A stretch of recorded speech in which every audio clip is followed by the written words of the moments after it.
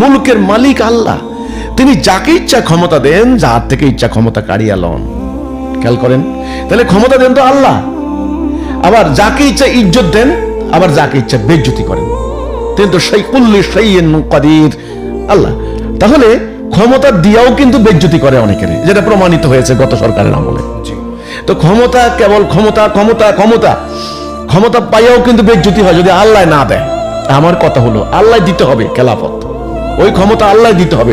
আল্লাহ দাউদ আলাইহিস সালামকে বলেছেন যে, হে দাউদ, আমি তোমাকে দুনিয়াতে খেলাফত দিয়েছি, তুমি ন্যায় বিচার করো, তুমি হাওয়াউনের অনুসরণ করো না, মানে মানুষের খেয়াল খুশির অনুসরণ করো না।